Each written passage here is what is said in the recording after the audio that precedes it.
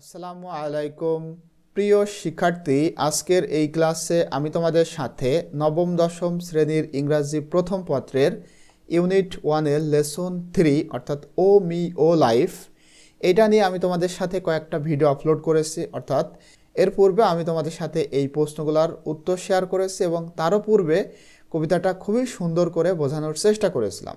তোমরা যারা এই দুইটা ক্লাস দেখোনি তারা অবশ্যই আমাদের চ্যানেলের মধ্যে গিয়ে এই যে চ্যানেল প্লেলিস্ট রয়েছে এখানে আসলে ক্লাস 9-10 ইংলিশ ফার্স্ট পেপার যে প্লেলিস্ট রয়েছে সেটা যদি তোমরা ওপেন করো তাহলে প্রতিটা ক্লাস সিরিয়ালি এখান থেকে পাবে।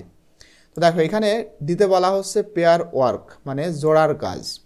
There are some words in the poem like filled and renewed.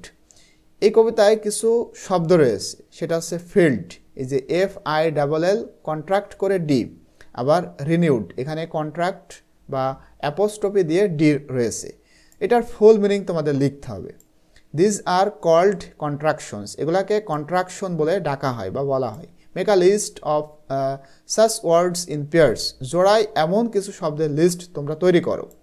With the help of your subject teacher, তোমার যে সাবজেক্ট টিচার রয়েছে অর্থাৎ ইংরাজি শিক্ষক তার সাহায্য নিয়ে তোমরা এটা করতে পারো। ঠিক আছে, এটা কিন্তু তোমাদের কাজ। এখন আমরা যদি সব লিখে দিই তোমরা কি লিখবা?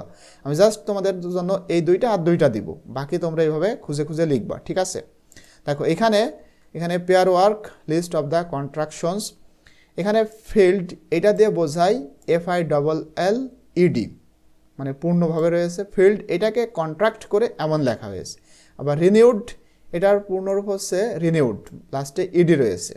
আবার এইভাবে রয়েছে, দেখো সামনে এমন তোমার অ্যাপোস্ট্রফি, এটা কন্ট্রাক্ট করে TIS করা হয়েছে। ঠিক আছে, TIS এটা হচ্ছে ইটিসকে এইভাবে লেখা যায়। আবার এই যে ওভার এটাকে এইভাবে লেখা যায়। ঠিক আছে, এইভাবে কন্ট্রাকশন করা যায়। তো বাকিগুলো তোমরা আশা করতেছি লিখতে পারবা।